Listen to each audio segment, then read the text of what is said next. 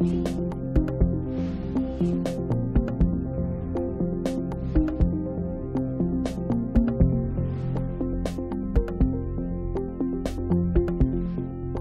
siguientes documentos para la cuenta. En primer término, tenemos proyecto iniciado en moción que interpreta el numeral 2 del artículo 52 de la Carta Fundamental en materia de acusación constitucional de los gobernadores regionales.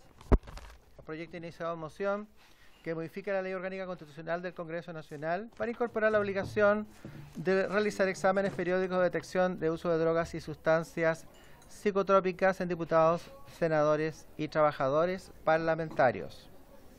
Proyecto iniciado en moción que modifica diversos cuerpos legales para sancionar penalmente nuevas formas de maltrato animal, crear un registro de condenados por este delito y disponer la incautación de los animales afectados. Se comunica también un reemplazo. La diputada señora Joana Pérez reemplazará al diputado señor Miguel Ángel Calisto por la sesión de hoy. Se confirma la asistencia del señor Ministro de Justicia y Derechos Humanos, subrogante señor Jaime Gajardo, acompañada de la abogada de la División Jurídica, señorita María Florencia Reiper.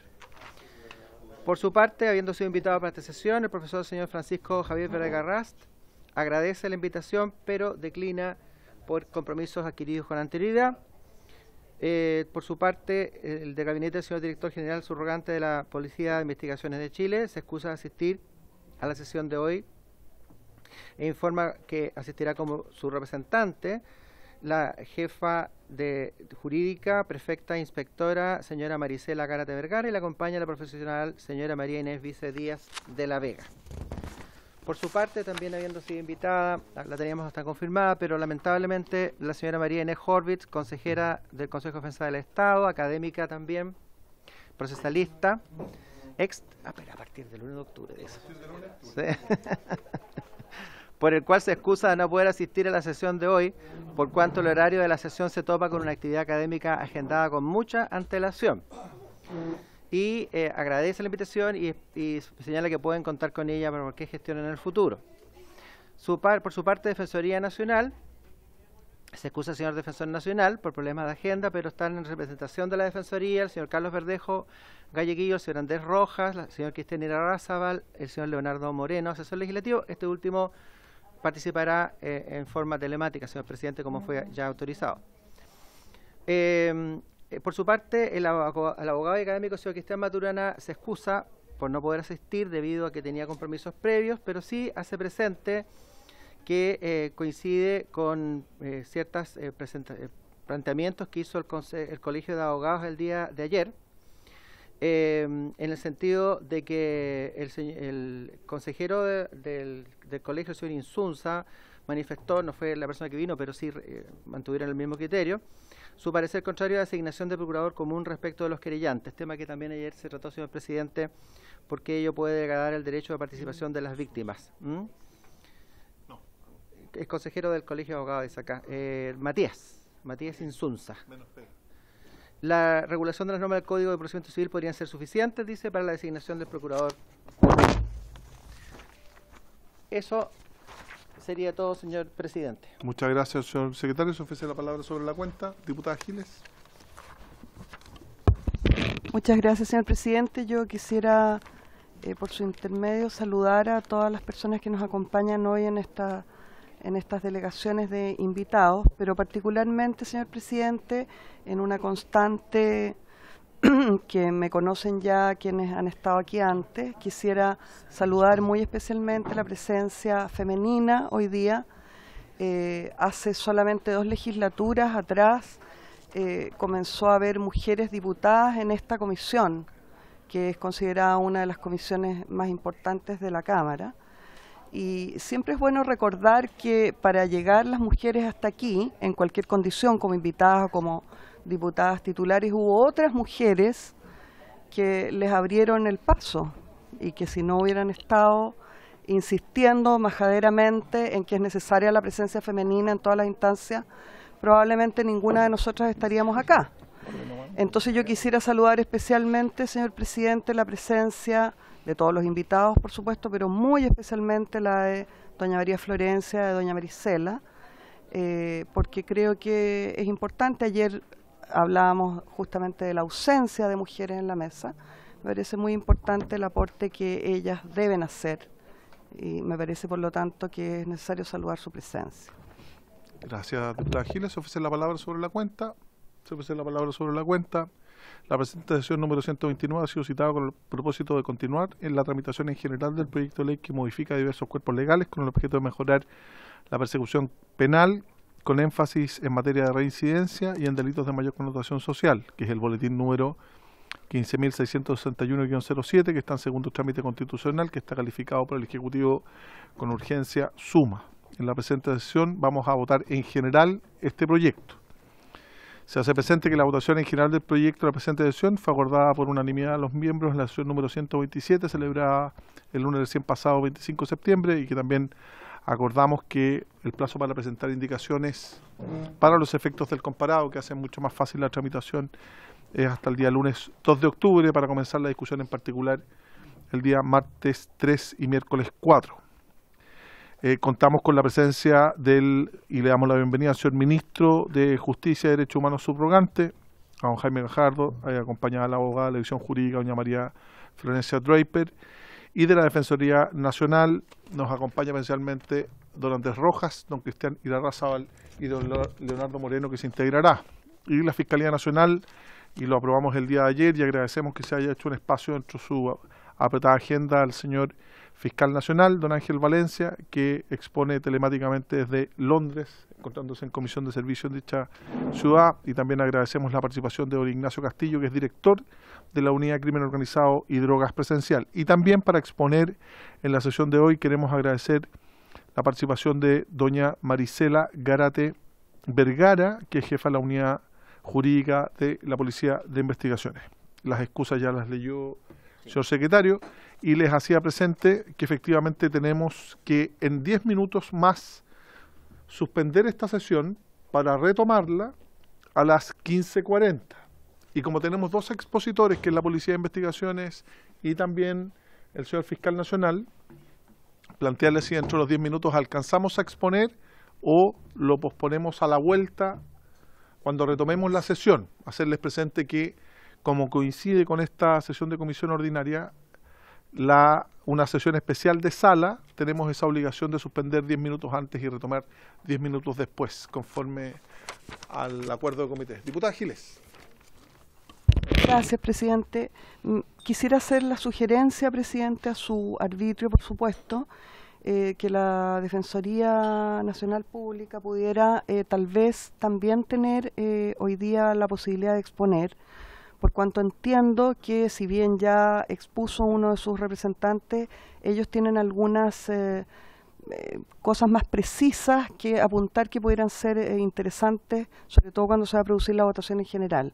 Entonces quisiera pedirle que usted pudiera tener en consideración esa petición. Lo tenemos en consideración, tanto es así que durante la tramitación de la ley, aprobamos por unanimidad, nos van a acompañar para iluminar el desarrollo del proceso conforme a nuestro reglamento, tanto la Defensoría Penal Pública como el Ministerio Público, en particular con la presencia de Ignacio Castillo y también Leonardo Moreno, quien designa la Defensoría Penal para la tramitación en particular. Sin embargo, como tenemos la exposición hoy del señor Fiscal Nacional y de la Policía de Investigaciones, claramente cualquier duda que pueda existir respecto a sus exposiciones, obviamente el uso preferente de la palabra también lo tiene siempre el señor Ministro de Justicia, podemos dar lugar también a esas solicitudes, o si algún parlamentario o parlamentaria tiene alguna duda respecto a la exposición que pretenda ser aclarada de mejor manera por alguna de las instituciones, no hay ningún problema en que participen en la tramitación conforme al acuerdo adoptado por esta comisión. No sé si, señor Ministro, usted quisiera dar cuenta de algo en estos 8 minutos que median entre la suspensión. No le estoy diciendo que rellene, pero nos parecería importante porque no quiero interrumpir la exposición del Fiscal Nacional en 8 minutos, 7 minutos, al igual que la Policía de Investigación, es muy difícil. Pero sí me gustaría, lo tocamos el día de ayer, lo hizo presente la Asociación Nacional de Magistrados respecto de el Tribunal de Ejecución de Penas, que sé que mi colega Ilavaca ha sido persistente en eso, de cuándo podríamos tener esas indicaciones de la parte orgánica para continuar esa tramitación. Ministro, si usted nos pudiera hacer ver, yo creo que es re importante también porque dentro de la discusión el día de ayer también se planteó esa problemática. Muchas gracias, presidente. Por su intermedio, saludar a los diputados y diputadas presentes. Nosotros actualmente ya tenemos un trabajo bastante avanzado en cuanto a la parte orgánica. Estamos terminando de resolver algunos temas más de detalle en cuanto a la cantidad de jueces y de tribunales especiales que se requerirían. Estamos en ese trabajo precisamente con el Ministerio de Hacienda y la Dirección de Presupuesto en particular. Un trabajo que suspendimos en el último mes, especialmente por la tramitación del proyecto de ley de presupuesto y además por otros compromisos que teníamos que hemos podido cumplir, que entre ellos se encontraba el ingreso del proyecto de ley que modifica los tribunales de familia, que implicó un trabajo bien intenso, porque no solo modifica los procedimientos de los tribunales de familia, sino que además incorpora una gran cantidad de jueces y consejeros técnicos, y de hecho tiene un informe financiero bien importante, uno de los proyectos que también hemos señalado. Entró por el Senado, eso sí, pero se va a discutir en primer trámite en la Comisión de Constitución del Senado y después tendría que, por cierto, venir a esta comisión, y es uno de los proyectos también estructurales en materia de tribunales. Teníamos un plazo que establecía la Ley de Garantías de Derecho a la Niñez, que se aprobó en marzo del año pasado, que era de 18 meses y que se cumplió el 15 de septiembre y que nosotros ingresamos precisamente antes de esa fecha. Ese proyecto, que es un proyecto bien estructurante, entonces teníamos, por así decirlo, las capacidades estructurales de tanto el Ministerio de Hacienda como el Ministerio de Justicia no son infinitas. Estábamos dispuestos en ese objetivo y ahora nos abocamos a tribunales de ejecución de pena, entendiendo que ya está el proyecto de ley de presupuesto en sus últimos detalles, y esperamos ojalá dentro de este segundo semestre, es nuestro compromiso ingresar ese proyecto, esa parte del proyecto. Oye, me parece muy bien. Oye, lo que le quiero mantener a la comisión es que vamos a volver con la exposición del señor fiscal nacional, que está conectado desde fuera del país, desde la ciudad de Londres, a las 15:40 en punto, para luego continuar con la exposición de la Policía de Investigaciones y obviamente las preguntas de las diputadas y diputados, y vamos a suspender entonces la sesión para dar quórum en la sala a las 15:30 y retomamos a las 15:40 con ustedes. No, 15:40 para que no haya ningún problema. Con la presentación del señor fiscal nacional. No, está bien ahí. El 14 de septiembre ahí en comité se resolvió ese tema, así que vamos a suspender hasta las 15:40 en punto, y para que no haya duda, este reloj Casio que está aquí, no usamos solo igual que Shakira, usamos otro tipo de relojes. A las 15:40 retomamos. Gracias, presidente. Gracias.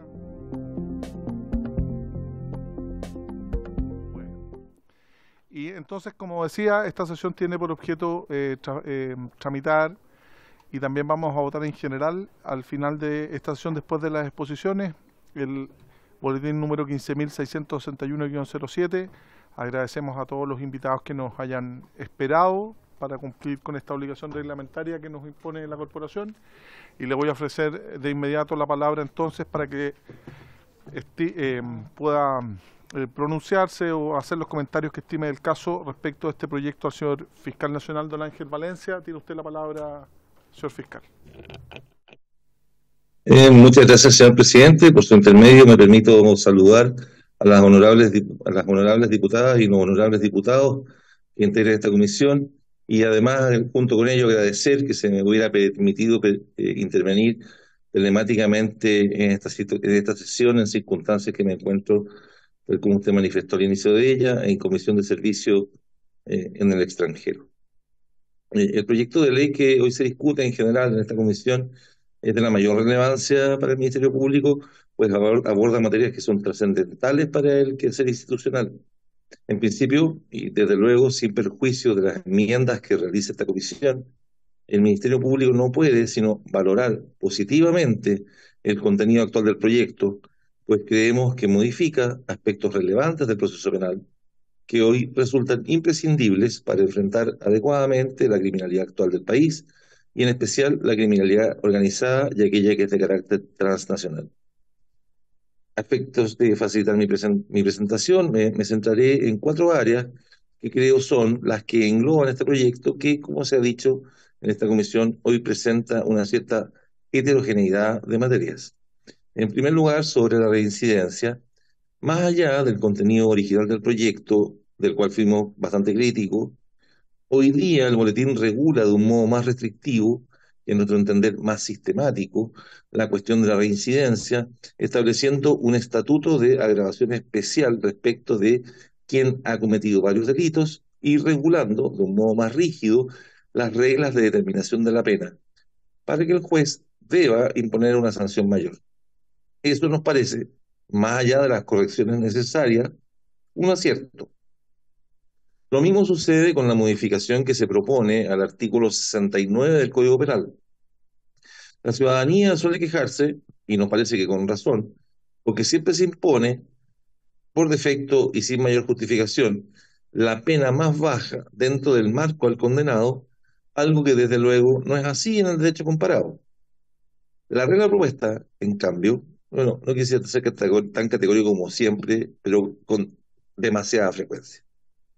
La regla propuesta, en cambio, supone un justo equilibrio entre el disvalor del injusto fijado por el legislador y el principio de culpabilidad, y que se puede expresar así. Salvo que existan buenas razones para ir hacia arriba o hacia abajo, el juez debe imponer la pena en el medio del marco o del tramo penal correspondiente. Esto nos parece que es lo más justo, lo más lógico y un acierto. El segundo término, sobre las medidas de protección de los y las fiscales. Honorables diputadas y diputados, este es, como se comprenderá, uno de los aspectos del proyecto de ley que más nos preocupa y los hechos de las últimas semanas lo confirman. Da cuenta, además, quisiera hacer presente a esta honorable comisión, de una situación que no es solo chilena, no solo ocurre dentro del territorio nacional, sino que como consecuencia de la actividad del crimen organizado, e insisto, especialmente de aquel que es transnacional, es un problema recurrente en toda la región latinoamericana. La criminalidad organizada que hoy enfrentamos, y que se escapa por mucho a lo que eran los fenómenos delictivos de hace una década, supone un escenario de mayor riesgo y preocupación para quienes intervienen en la persecución penal, jueces, fiscales, policías, gendarmes, etcétera, y para quienes deben participar del mismo, en especial víctimas y testigos. Por ello, tenemos que ser capaces, creemos, de anticiparnos, tomando las medidas necesarias para su adecuada protección.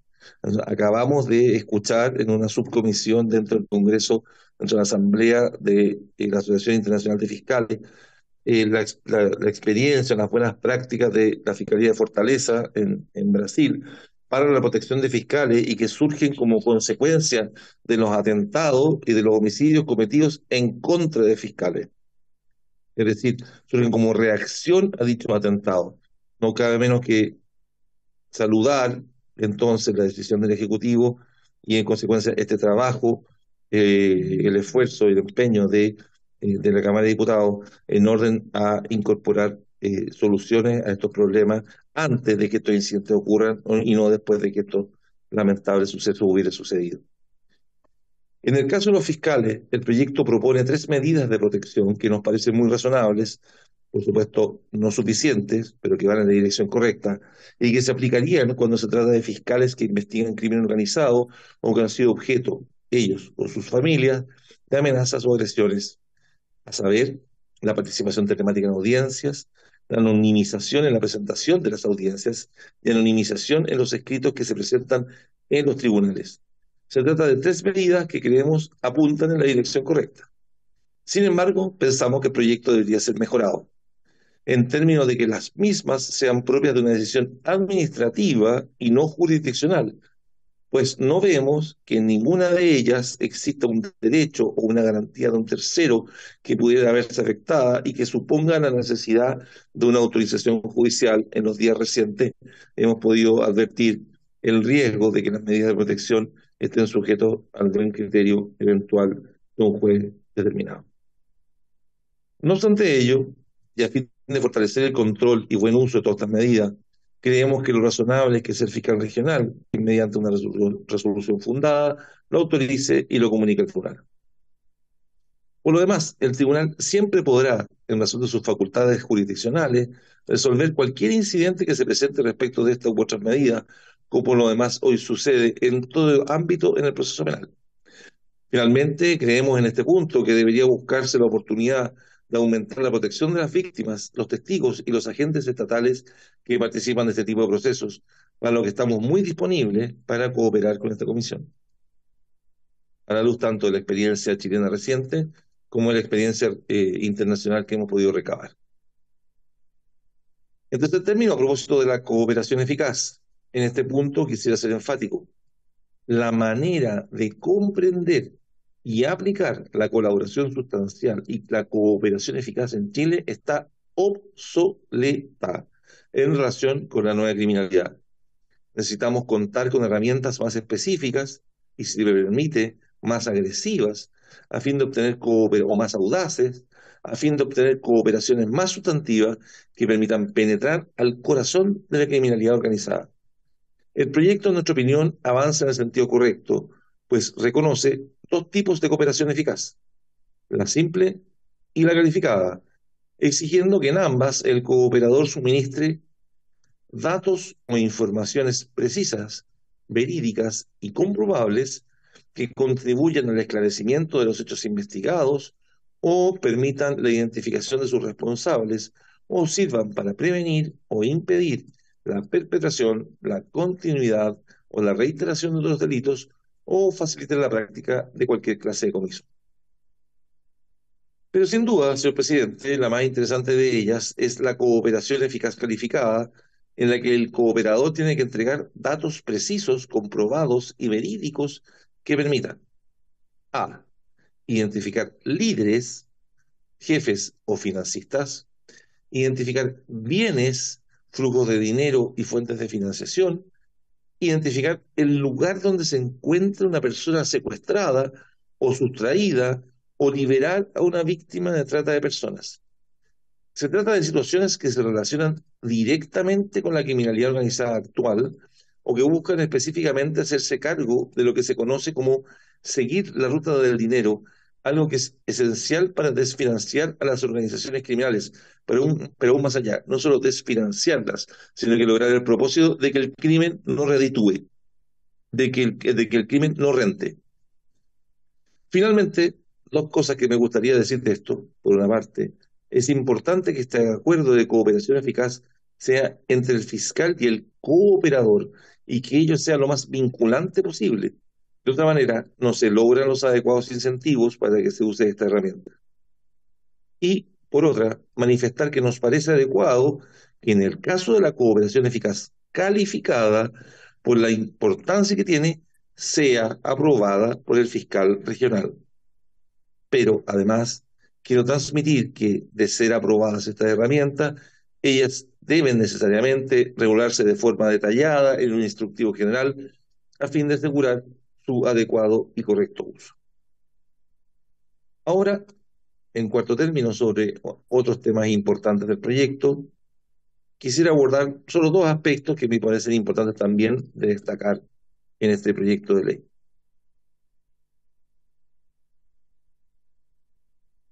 En relación con la celeridad de los procesos, nos parece que la regla que permite arribar a procedimientos abreviados a 10 años, como hoy sucede con ciertos delitos contra la propiedad y la ley de control de armas, debe ser uniformada a todos los delitos, no solo por un tema de coherencia y sistematicidad, sino también porque el juicio oral debe ser un escenario de litigación donde hay discusión de hechos, donde se requiere probar algo para confrontar una determinada posición respecto de cómo sucedieron las cosas. Si en los hechos no hay discusión, lo razonable es que el proceso termine por un mecanismo abreviado. Esto nos permitirá además darle mayor eficiencia al proceso penal. De hecho, si se aumentase a 15 años de presidio mayor en su grado medio, ese límite, pensamos que sería aún mejor. En el mismo sentido, quiero expresar nuestra mayor conformidad con la norma que permite presentar los documentos en el juicio oral de una manera simplificada, evitando con ello las extensas dilaciones que hoy supone la lectura interminable de los mismos. Creemos que esta es una norma que debería mantenerse y, de ser posible, profundizarse en otras que ayuden a la celeridad de los juicios orales y a prevenir la ocurrencia de megajuicios que se extienden por largos años de manera innecesaria. Y luego, sobre la suspensión condicional del procedimiento y el principio de oportunidad, el proyecto de ley contempla una serie de restricciones en el uso de la suspensión condicional del procedimiento y el principio de oportunidad, impidiendo que ellas sean aplicadas 2 veces a una misma persona en el plazo de 5 años, o respecto a aquel que sea reincidente en ilícitos de la misma especie o que afecten al mismo bien jurídico. En nuestra opinión, como por lo demás lo hicimos ver en las respectivas comisiones del Senado, esta es una norma que limita excesivamente la atribución del Ministerio Público, afectando con ello herramientas que son fundamentales para poder gestionar adecuadamente las cargas del proceso penal y que seguramente implicarán un déficit en la eficiencia del proceso. Pero además pensamos que, como por lo demás se ha hecho el manejo de esta autoridad mediante las instrucciones generales del fiscal nacional, es posible realizar una mejor gestión y control de estos institutos procesales, enfocando los problemas más eficientemente desde una perspectiva político-criminal. Eso es lo que hemos estado haciendo también en estos meses. Presidente, y por su intermedio me dirijo a las honorables diputadas y honorables diputados. Estas son las reflexiones que como fiscal nacional del Ministerio Público puedo hacer de este proyecto, que reitero, consideramos muy valioso. Y agradezco sinceramente el haberme dado la oportunidad de exponer sobre el mismo de este modo y a distancia. Finalmente reitero nuestro compromiso de colaborar con la Comisión en lo que se estime pertinente. Muchas gracias, señor presidente. Muchas gracias a usted, fiscal. Agradecemos la exposición y le ofrezco la palabra a las o los diputados si tienen alguna consulta respecto a la exposición o observación respecto de la presentación del señor fiscal nacional. Diputado Ilavaca. Gracias, presidente. Yo no tengo mayor observación porque es muy similar la presentación que acaba de hacer el fiscal nacional a lo que ya expuso el Ministerio Público, entonces creo que ya ese tema fue salvado. Lo que sí pediría no solamente al Ministerio Público, sino que además a los diferentes invitados que han venido y han hecho sugerencias que me parecen súper interesantes, que nos pudieran hacer de manera sistemática llegar a esas sugerencias. ¿Por qué? Porque en definitiva podemos traducirlas en indicaciones que van a mejorar sin duda el tratamiento de esta ley que ya, como lo dije ayer, dejó de ser una modificación legal en materia de reincidencia. Esto es una ley miscelánea que busca mejorar, en definitiva, el actual proceso penal. Por lo tanto, creo que si existen estas indicaciones, ayer nos plantearon alguna, la Asociación de Magistrados, el Ministerio Público ha planteado, Defensoría también, y creo que todos están enfocando sus observaciones en orden a hacer mucho más eficiente un proceso que, después de la cantidad de años que se ha implementado en Chile, tiene muchas formas de ir siendo mejorado. Y creo que es esta la oportunidad donde podemos desarrollar esas mejoras, presidente. Gracias. Muchas gracias, diputado Marcos Ilavaca. Como usted bien señala, le vamos a pedir a quienes han expuesto que nos entreguen una minuta con las observaciones. La Asociación de Magistrados ya entregó la suya, y a efectos de poder tenerlas en consideración para la elaboración de indicaciones que reitero a la Comisión hasta el día lunes 2 de octubre. Muchas gracias, fiscal. Lo liberamos. Entiendo que tiene una agenda ahí apretada y le agradecemos mucho que nos haya acompañado el día de hoy. Señor presidente, le agradezco, porque acaban de elegir, la verdad, la Asamblea como miembro del Comité Ejecutivo de la Asamblea de la Asociación Internacional de Fiscales, y ahora hay una serie de actividades relacionadas con el cierre de la Asamblea anual, entonces tengo que participar. Le agradezco que me haya liberado. Nuestras felicitaciones por esa asignación. Va a quedar representado o bien representado por el jefe de la unidad. Muchas gracias. Muchas gracias, felicitaciones. A continuación le voy a ofrecer la palabra a la prefecta inspectora y jefa de la unidad jurídica de la PDI, señora Marisela Garate Vergara, que nos acompaña el día de hoy en representación de la PDI para que exponga respecto a los alcances de este proyecto. Muy buenas tardes, señor presidente, y a todos los honorables diputadas y diputados. Y agradecer la invitación que se hiciera llegar a la Policía de Investigaciones de Chile, a nuestro director general, para poder ser parte también de poder plantear, ¿cierto?, algunas de nuestras inquietudes o aportar también a este proyecto. Y dentro de lo cual también consideramos, ¿cierto?, muy importante todo lo que se ha hecho y muy positivo en el desarrollo que significa también para nosotros como Policía de Investigaciones en estos proyectos, ¿cierto?, que van siempre avanzando en aras de lo que son los procesos penales actuales. Al respecto, quisiera mencionar sobre algunas de las modificaciones que se están planteando en el Código Procesal y que, si bien cierto, también mencionó el fiscal nacional, relativo a lo que son las medidas especiales de protección de los fiscales, ¿cierto? Donde la norma propuesta habla sobre la incorporación de un artículo, el 78T, en relación, ¿cierto?, a cuáles son estas medidas especiales de protección de los fiscales, donde se enumeran, ¿cierto?, y donde dice que en el transcurso de una investigación sugiere algún antecedente relevante de amenaza, agresión u otro potencial afectación o la integridad personal de los fiscales o de su familia, y en todo caso tratándose de la investigación de delitos cometidos por asociaciones delictivas o criminales, él o los fiscales podrán solicitar al juez de garantía, al Tribunal de Juicio Oral en lo penal o a la Corte, según correspondiere, las siguientes medidas de protección. Bueno, las medidas de protección, ¿cierto?, fueron señaladas para no reiterarlas. Sin embargo, aquí una de las situaciones que creo que sería importante también considerar en la norma es, además, ¿cierto?, de este avance, ¿cierto?, en la área de protección de los fiscales del Ministerio Público, considerando, ¿cierto?, algunos factores como es la naturaleza extremadamente violenta de las nuevas bandas criminales, y como bien se señaló también, lo frágil que podría tornarse la mantención de ciertas piezas reservadas a las carpetas investigativas criminales. Y en este sentido consideramos que el proyecto de ley no contempla una norma... ¿Se puede subir el volumen del micrófono? Claro. Bajarlo un poquito el micrófono, que está un poquito apagado. Voy a acercar un poco más también, ahí. Bueno, como señalaba, el proyecto no contempla una norma similar para la policía, ¿cierto?, que también participa activamente en la pesquisa de esta clase de delitos, donde también actúa como testigo, quedando totalmente a merced tanto el funcionario como su familia, y de que puede ser también atacado por bandas criminales, cuyos modus operandi son cada vez, como bien señalé hace un rato atrás, más violentos. Y de ahí también, ¿cierto?, que proponemos una incorporación de un nuevo artículo 78.4 en el siguiente tenor.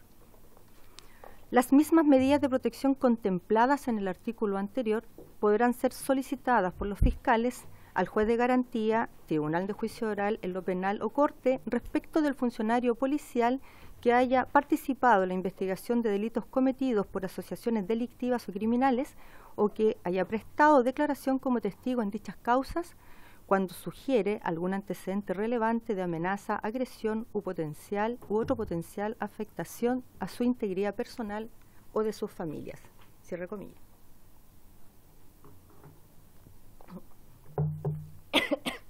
Perdón. También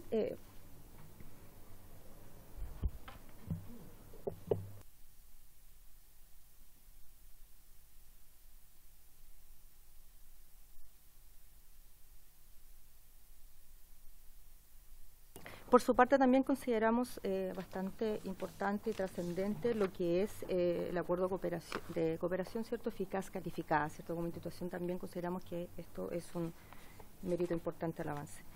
Respecto de la suspensión condicional para el tratamiento problemático de droga y alcohol.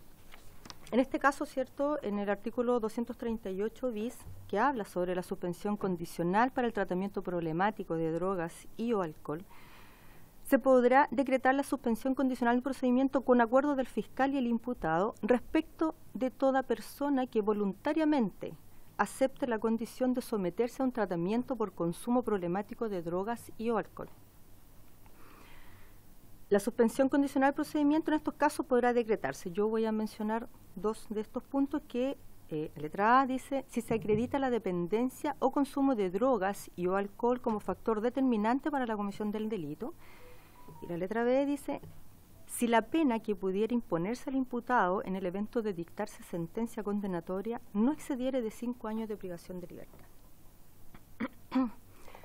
Bueno, acá nos llama igual la atención, cierto, que esta norma que está consagrada en la letra B de este nuevo artículo 238 bis y que establece uno de los requisitos para decretar esta nueva suspensión condicional de procedimiento que señalo, comillas, que si la pena que pudiera imponerse al imputado en el evento de dictarse sentencia condenatoria no excediera de 5 años de privación de libertad. ¿Por qué razón? Primero, cierto, porque la exigencia de la letra A del artículo 237 del Código Procesal Penal consagra que la suspensión condicional del procedimiento general señala que si la pena que pudiera imponerse al imputado en el evento de dictarse sentencia condenatoria, no excediere de 3 años de privación de libertad. Así, con esta nueva suspensión condicional del procedimiento para el tratamiento problemático de droga y alcohol, se podrá decretar respecto de hechos de mayor gravedad 5 años, que la exigía por la suspensión condicional del procedimiento general, que está contemplada actualmente, ¿cierto?, como señalé en el artículo 237 del Código Procesal Penal, que habla de los 3 años, situación que creo debiera ser revisada, toda vez que no tiene un efecto disuasivo propio de toda pena, sino que consideramos que es por el contrario. En este sentido, ¿cierto?, considerando que cometer un delito bajo los efectos de alcohol o drogas consumados, ¿cierto?, voluntariamente, no atenúa ni exime de pena ni de responsabilidad. Entonces, en cuanto a este requisito de esta nueva norma, si se acredita, dice, la dependencia o consumo de droga o alcohol como factor determinante para la comisión del delito, creemos, ¿cierto?, que esto podría acarrear problemas probatorios evidentes, ya que será muy difícil establecer un vínculo de causalidad entre la dependencia o consumo por el actuar del imputado.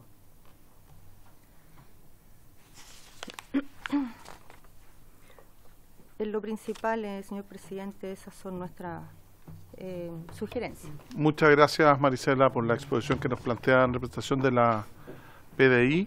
Se ofrece la palabra respecto a la exposición de la Policía de Investigaciones. Se ofrece la palabra. Diputado Longton.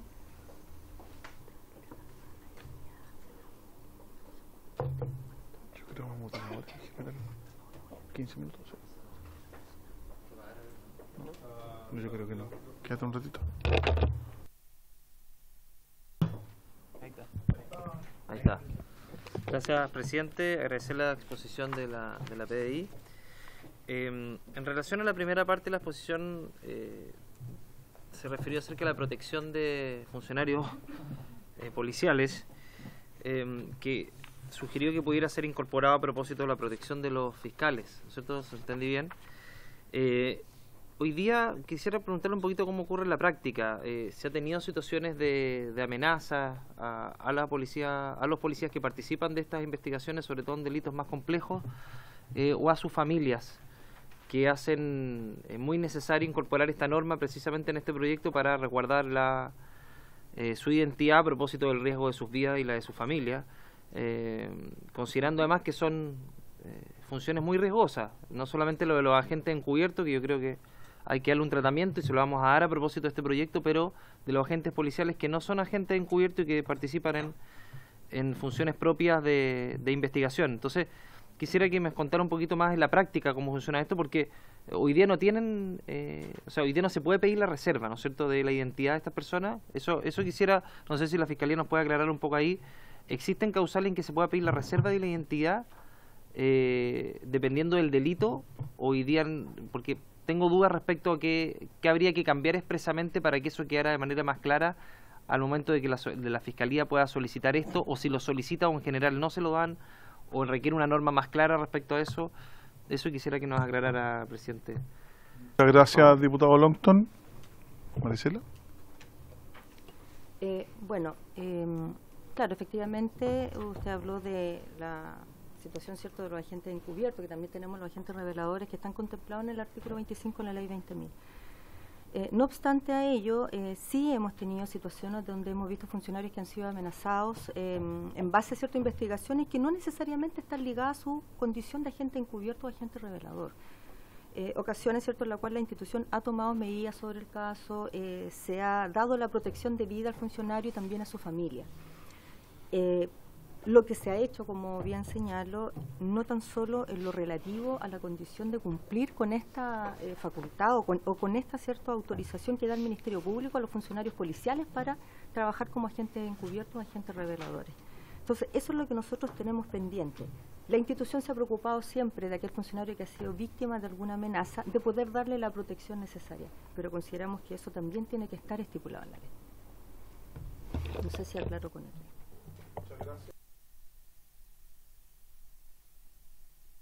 Gracias, señor presidente.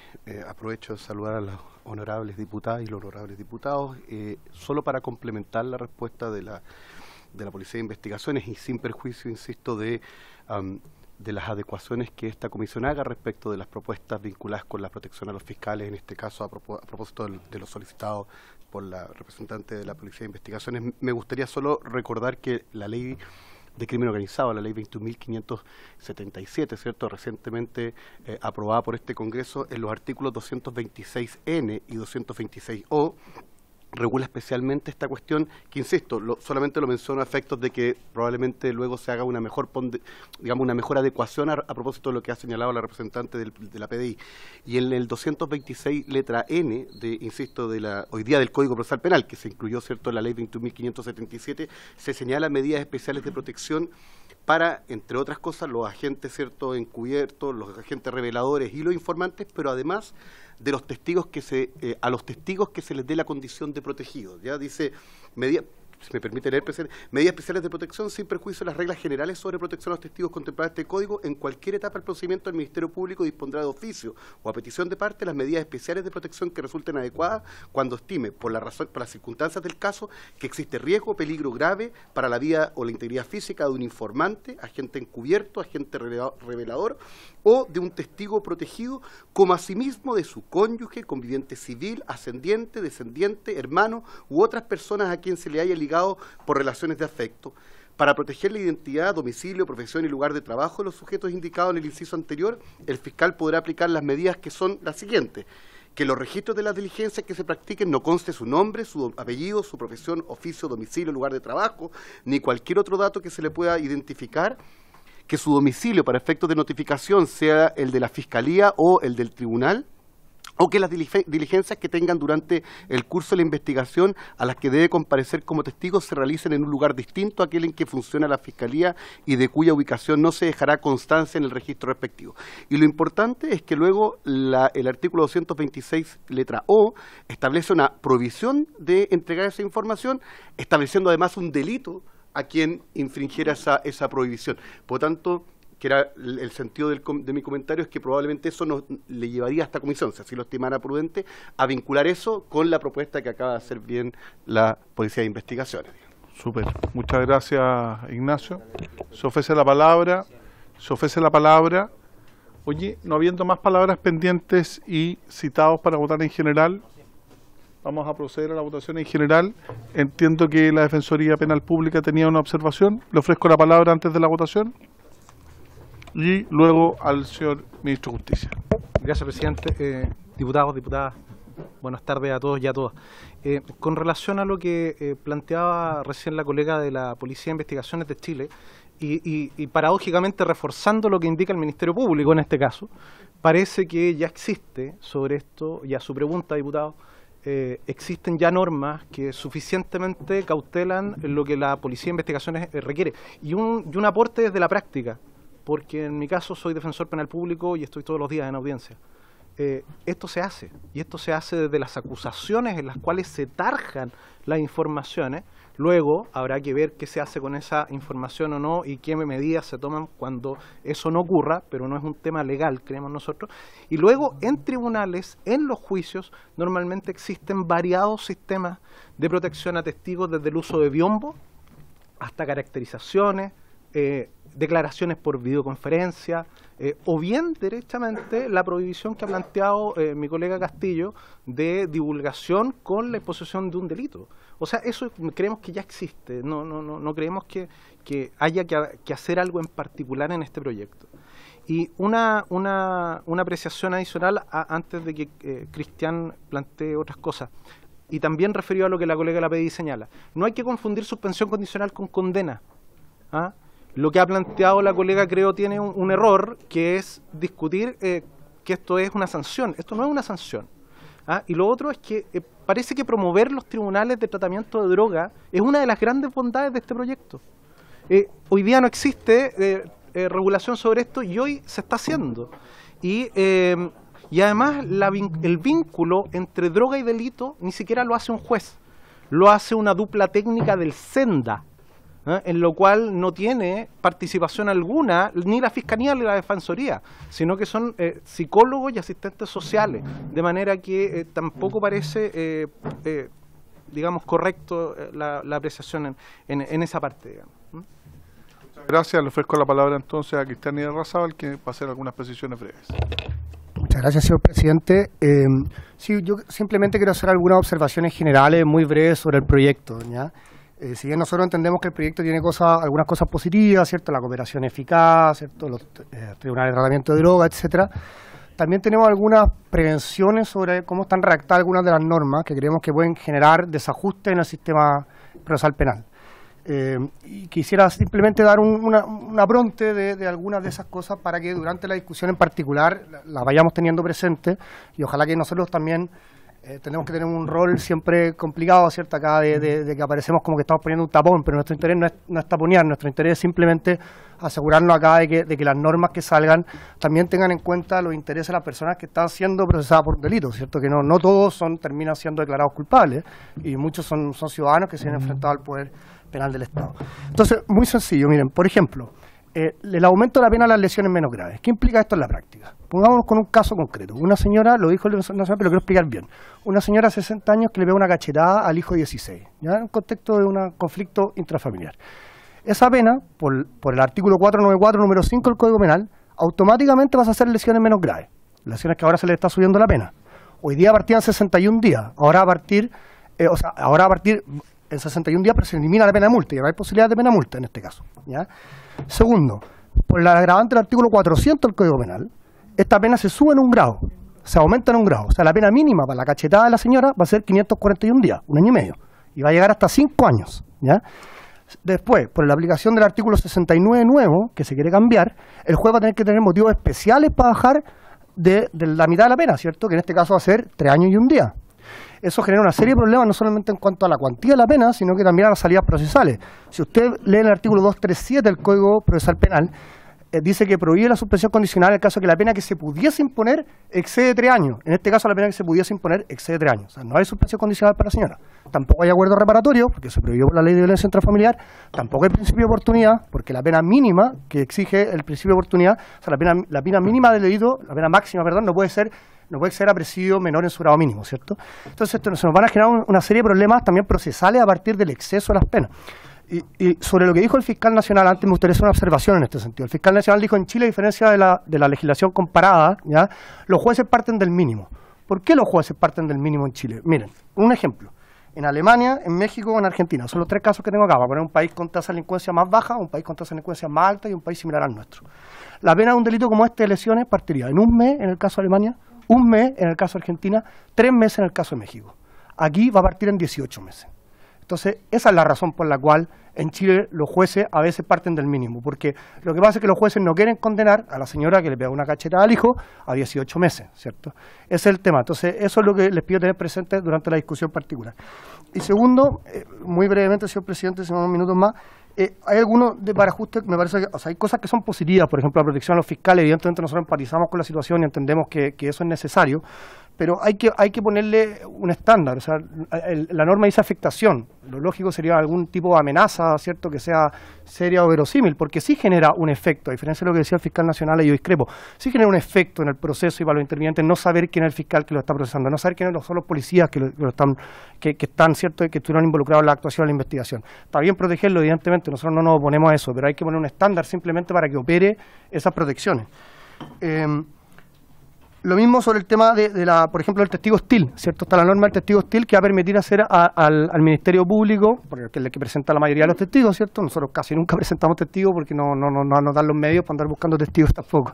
El Ministerio Público presenta la mayoría de los testigos a poder hacer preguntas sugerentes, ¿ya?, en el contrainterrogatorio a los propios testigos que ellos presentan. Dentro de esos testigos están las víctimas, por ejemplo, ¿ya? Y las víctimas, imagínense una víctima, el artículo no habla de testigo hostil, habla de testigo reticente, ¿ya? En la norma misma, el encabezado dice testigo hostil, pero el estándar que fija la norma es testigo reticente.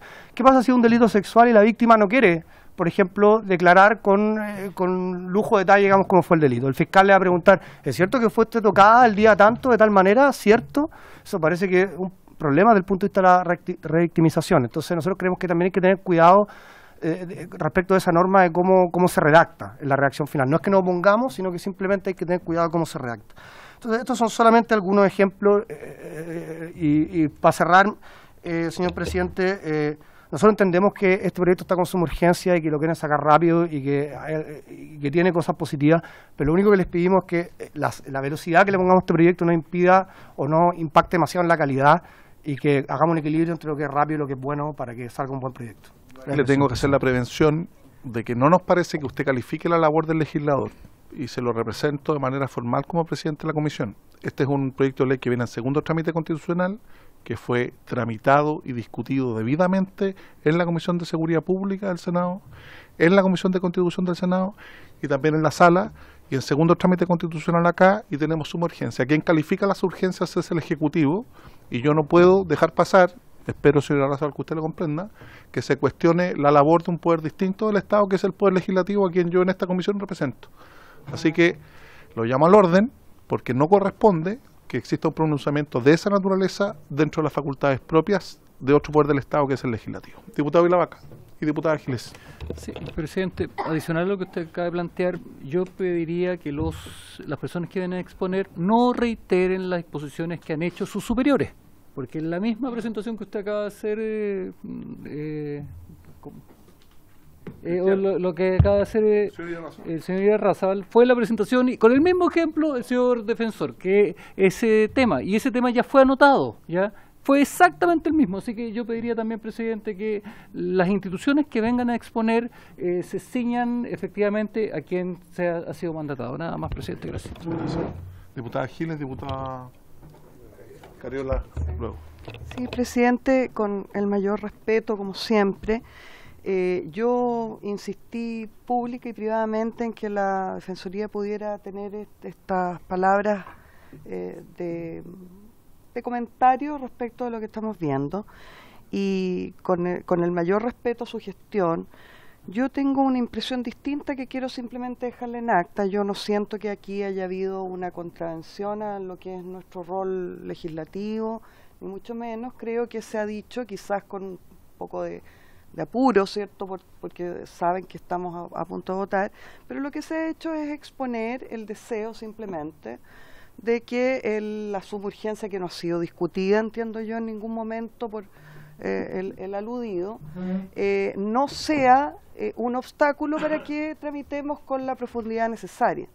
Quiero decirlo porque me parece que quizás justamente lo que le pedimos a los invitados cuando vienen es que nos entreguen sus opiniones de fondo, ¿ya? Y yo creo que inhibir eso, o que pudiera entenderse como que lo estamos inhibiendo, va en contra justamente de la necesidad que tenemos de que vengan aquí expertos a expresar, sobre la base de su experiencia, cuáles serían los puntos en que tendríamos quizás que concentrarnos.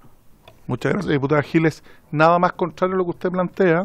Efectivamente, yo tomo debido recaudo y además nota de las observaciones que hace respecto a la Defensoría, que las planteó el Defensor Nacional, señor Mora, y me parecen del todo plausibles para mejorar y no enfrentarnos, y eso agradezco. Y lo planteaba el defensor Rojas, de que efectivamente están todos los días en estrados, y eso para nosotros es muy importante. El ejemplo que usted da, por ejemplo, de una eventual agresión de un adulto mayor a un menor, y las penas a lo que está expuesta, claramente que iluminan nuestro discurso, y lo vamos a tomar con absoluta y debida consideración. La ponderación de la cual yo discrepo es efectivamente que se califique la labor o el actuar del Poder Legislativo, no el fundamento. Yo solo reparo eso. Diputada Cariola. Sí. Presidente, es que yo también discrepo de cómo fue entendido el punto, ¿no? También con todo cariño y respeto, ¿no? Yo creo que la contribución que ha hecho la Defensoría Penal Pública respecto del debate, que varios de los aspectos planteados además yo los comparto. De hecho, tengo serias dudas de este proyecto en términos generales precisamente por lo mismo. Lo voy a aprobar y creo que hay varios aspectos en lo particular que tenemos que mejorar. O sea, claramente acá hay algunos elementos que están pasados para la punta y eso está claro. Y yo creo que la Defensoría Penal Pública nos haga esa advertencia es correcto. Yo no leo dentro de las declaraciones, las palabras de don Cristian Irarrázaval, una decisión de cuestionar la urgencia que está poniendo el Ejecutivo, sino más bien de plantear de que también evaluemos dentro de la implementación, así lo entendí yo al menos, los tiempos de implementación de las normas para que éstas finalmente no tengan contraefecto. Más que la urgencia, porque evidentemente eso tiene que ver con el trámite legislativo y nos corresponde a nosotros y al Ejecutivo, y bueno, el Ejecutivo tendrá sus razones para haber puesto la urgencia que puso. Yo insisto, tengo muchas dudas con respecto a varios elementos particulares del proyecto.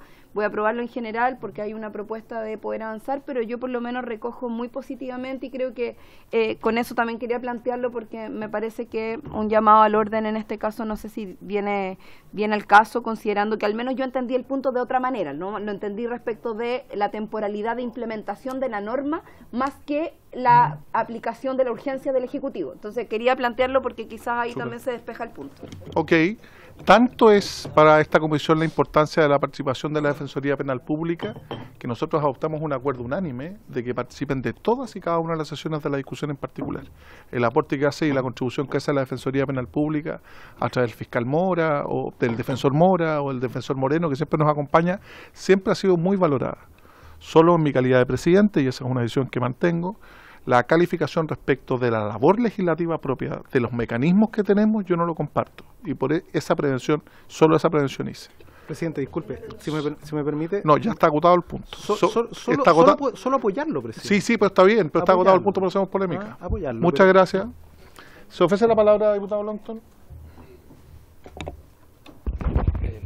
Primero que todo, bueno, hacer algunas consideraciones respecto al contenido del proyecto, pero antes que todo respaldar sus palabras, presidente. Me parece que una cosa es las legítimas diferencias que podamos tener respecto al proyecto, pero otra es la calificación, cómo trabaja el Congreso y los tiempos que se toma, sobre todo en un proyecto que pasó por un largo trámite ya desde el Senado. O sea, uno puede tener diferencias, pero eso no se puede trasladar a la forma como está desarrollando su trabajo el Poder Legislativo.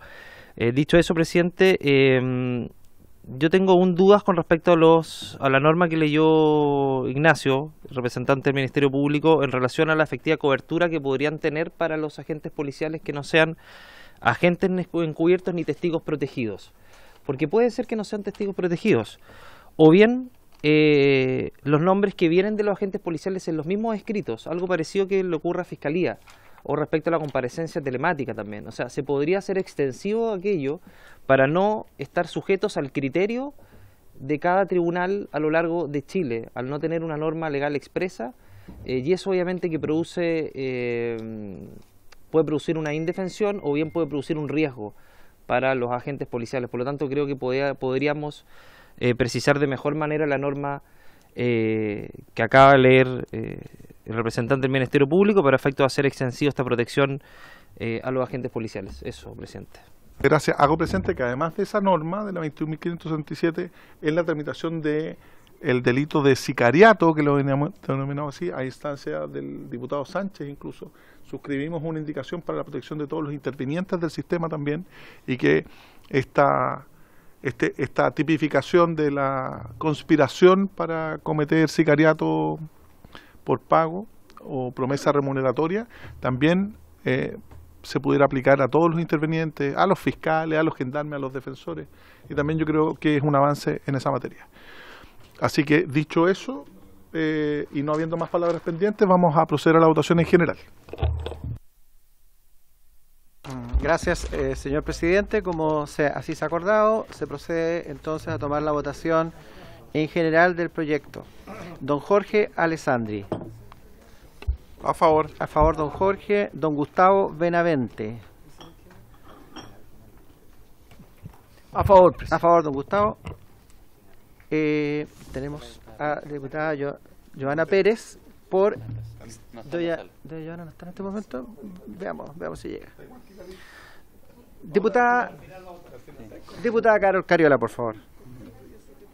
Al final. A favor, diputada Carol Cariola. Doña Camila ¿no está? Doña Camila. Don Marcos Silavaca. Sí, presidente. Teniendo claramente una serie de observaciones que se han planteado aquí respecto a la norma, el tema del delito de lesiones menos graves, que ya lo hemos discutido en varias ocasiones, el tema de la aplicación del principio de oportunidad y otros que pueden ser mejorados, creo que esta es una tremenda oportunidad por parte de esta comisión de mejorar el actual sistema procesal penal. Porque no solamente en el ámbito de la reincidencia, sino que en todas las cosas que aquí vienen en este proyecto y en las observaciones que han hecho diferentes instituciones. Y creo que no podemos perder la oportunidad de mejora de un sistema que requerimos con urgencia y que es parte importante del ataque al narcotráfico, a la delincuencia y al crimen organizado. Y mirándolo como parte importante de la agenda de seguridad en lo particular, voy a votar a favor de este proyecto. A favor, don Marcos Silavaca. Doña Pamela Giles. Yo tengo serias dudas respecto a este proyecto y tengo también serias dudas respecto del tema en comento, que es la urgencia que se le dio en este momento. En mi opinión es un error del Ministerio de Justicia haberle dado urgencia, que responde probablemente, en mi opinión también, a tener que darle urgencia a un proyecto para reemplazar la RUF, que era lo que estábamos viendo en este horario, tan pedestre como eso. Y creo yo que tiene problemas gravísimos este proyecto, que por lo demás debería ser abordado, como lo han sugerido varios de nuestros invitados, a través de la modificación al Código Penal, en realidad, si ese es el interés, que es algo que ya está en curso, lo cual hace más confuso y extraño que estemos tratando en esta fecha y con esta urgencia, y particularmente de esta manera, esta norma. No obstante lo cual, a mí me parece que lo que abunda no daña finalmente y que no está de más justamente para la tramitación del Código Penal que abordemos esto hoy día. Sí, con la prevención que yo tomo, además me parece muy valioso que la Defensoría haga énfasis en eso, porque efectivamente podrían no cumplir con su función, ¿ya? Y olvidarse de aquellos que en general tienen menos voz en esta tribuna y en cualquier otra, ¿ya?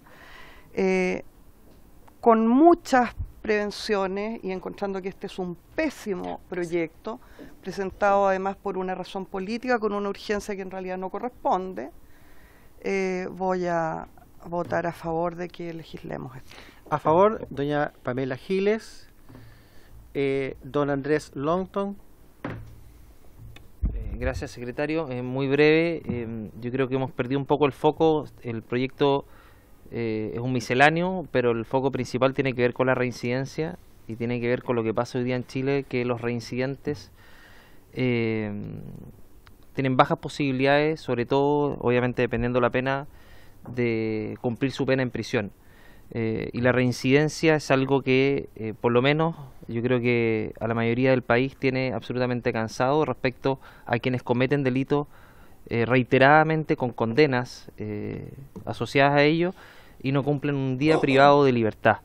Yo creo que este proyecto no solamente le hace sentido al Congreso, sino que a la mayoría del país, que quiere que las personas que han hecho de su vida, se la han dedicado a cometer delitos, al menos paguen con penas de cárcel independientemente de la pena que está asociada. Así que me parece que es un proyecto que va por el camino correcto y lo vamos a apoyar con fuerza. A favor. A favor, don Andrés Longton. Doña Catalina Pérez. A favor, doña Catalina. De nada, don Luis Sánchez. Muchas gracias, secretario. Yo creo que proyectos de ley como este, independiente de que haya derivado en algo misceláneo, el espíritu detrás es un hastío generalizado, no solo aquí en el Congreso, sino que una gran mayoría de chilenos que están aburridos de la impunidad que existe en este país, de encontrarnos con casos como, bueno, el atropello hace algún tiempo que ocurrió en el interior de nuestra región, donde una persona que tenía 7 causas previas, creo, por conducción en estado de ebriedad, seguía con carnet de manejar. lo que es un absurdo, son cosas que de verdad no se entienden y que podemos recibir aquí en esta comisión y lo hacemos a múltiples actores del sistema judicial penal que la verdad en ocasiones se dan 10 vueltas de carnero para tratar de explicarnos cómo pasan estas cosas y para la lógica del sentido común son francamente inentendibles. Sabemos, lo hemos discutido acá y yo lo he planteado, que existen cosas que hay que afinar porque evidentemente no es lo mismo una persona reincidente en homicidio, una persona reincidente en delitos sexuales, una persona reincidente en delitos graves, a una persona eventualmente, por dar un ejemplo, reincidente en consumo de alcohol en la vía pública. O sea, aquí hay distinciones que evidentemente hay que hacer, pero yo creo que eso se puede afinar y se puede trabajar en la discusión en particular y por eso voy a dar mi voto a favor en general para que entremos en esta discusión. Muchas gracias. Gracias, Luis Sánchez. A favor, don Leonardo Soto. A favor, don Leonardo. Teníamos pendiente a la diputada señora Joana Pérez. Muchas gracias, señor presidente. Yo reemplazo al diputado Calixto y agradezco también el espacio. Creo que este es un tema muy importante. Creo que la persecución penal para muchos es un tema que a lo mejor no se entiende. El por qué también la ciudadanía, a pesar de que hay reincidencia, no entiende el por qué, cómo en el fondo falla la justicia, y creo que por eso es necesario que nosotros revisemos ciertos criterios. Nos gustaría mucho más revisar algo en profundidad. Hoy día se ha dicho que esto es un misceláneo, pero sin duda que creo que tenemos que revisar todo el sistema, porque nos reclaman que somos garantistas y nos echan a todos en un mismo saco. Entonces nosotros estamos disponibles para mejorar la legislación, sí. Ahora, ¿cómo lo podemos hacer? Con el aporte de las distintas instituciones. Y por eso se valora, así que voy a apoyar la idea en general. Gracias, diputada. A favor, doña Joana Pérez y doña Camila Flores. Muchas gracias, señor secretario. Primero decir que dudo que existan parlamentarios, pueden que existan, siempre hay excepciones, pero yo creo que la gran mayoría estamos disponibles para poder mejorar toda la legislación en aquello que sea relativo en materia de seguridad. Es importantísimo, no solamente porque es la primera prioridad para los chilenos, sino que también porque a cómo está avanzando la delincuencia en nuestro país, tenemos que tratar, a lo menos, de anticiparnos lo más posible respecto de situaciones que, sin duda alguna, si no hacemos algo hoy día, se van a seguir agravando en el tiempo. La región de Valparaíso es una región muy compleja, donde tenemos situaciones de criminalidad altísima y cada vez con mayor nivel de crueldad, por decirlo de algún modo. Por lo tanto, estoy absolutamente favorable, voto a favor en esta materia y espero que este sea el camino. Yo creo que los proyectos que se tienen que debatir y no dejar en stand-by, no dejar paralizados, son los proyectos relativos a seguridad. Y así como se está haciendo en esta comisión, debe hacerse en todas las comisiones. Y ojalá la tabla que se trabajen en los próximos días, porque las tablas que han recién pasado en la Cámara de Diputados han sido bastante alejadas de las prioridades que tiene la gente, y sin duda alguna esta es una de ellas. Yo espero que el gobierno también en ese sentido haga los buenos oficios para que avancemos en los temas que realmente son importantes. Yo creo que todos los parlamentarios estamos absolutamente disponibles para eso, siempre y cuando sea bueno para Chile. Gracias, presidente. Gracias, doña Camila Flores. A favor, señor presidente. Voy a fundar muy brevemente. Este es un proyecto de ley que lleva casi 9 meses de tramitación, lo reitero, pasó por la Comisión de Seguridad Pública del Senado, también por la Comisión de Constitución, fue aprobado no de manera unánime, pero con una amplia mayoría y consenso después que pasó por la Comisión de Constitución. Y a juicio mío, el sentido de urgencia que deben tener este tipo de proyectos da cuenta de la empatía que debemos tener con la ciudadanía, los niveles de reincidencia. Aquí, durante la tramitación, nos tocaron 2 casos. La problemática de Quilpué, que afectó a los parlamentarios de la quinta región, lo hicieron ver, que es increíble. Esa aplicación odiosa de la 18 minutos 16, lo planteó también el fiscal, lo planteó el defensor, ahí tuvimos la opinión también del profesor Matus. La problemática que se dio con la revelación de la información de no solo de los testigos, sino que de los agentes encubiertos, que es gravísimo. Entonces, nada más pertinente, y a juicio de este presidente, nada más urgente que tramitar estos temas.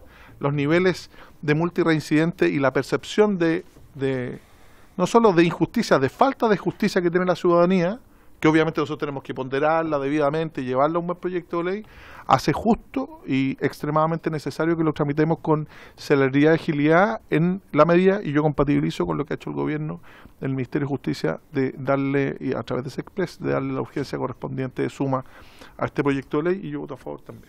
A favor, señor presidente. Señor presidente, 12 votos a favor, 0 en contra, 0 abstenciones. Muchas gracias. Entonces se aprueba en general por unanimidad. Recordar plazo de indicaciones el día lunes 2, y vamos a comenzar la discusión en particular porque esto va a ser largo, y nos vamos a tomar, para la certeza y tranquilidad de todas las integrantes y todos los integrantes de la comisión, todo el tiempo necesario, no por sacar una ley rápida, sino por sacar una buena ley, pero con sentido de urgencia.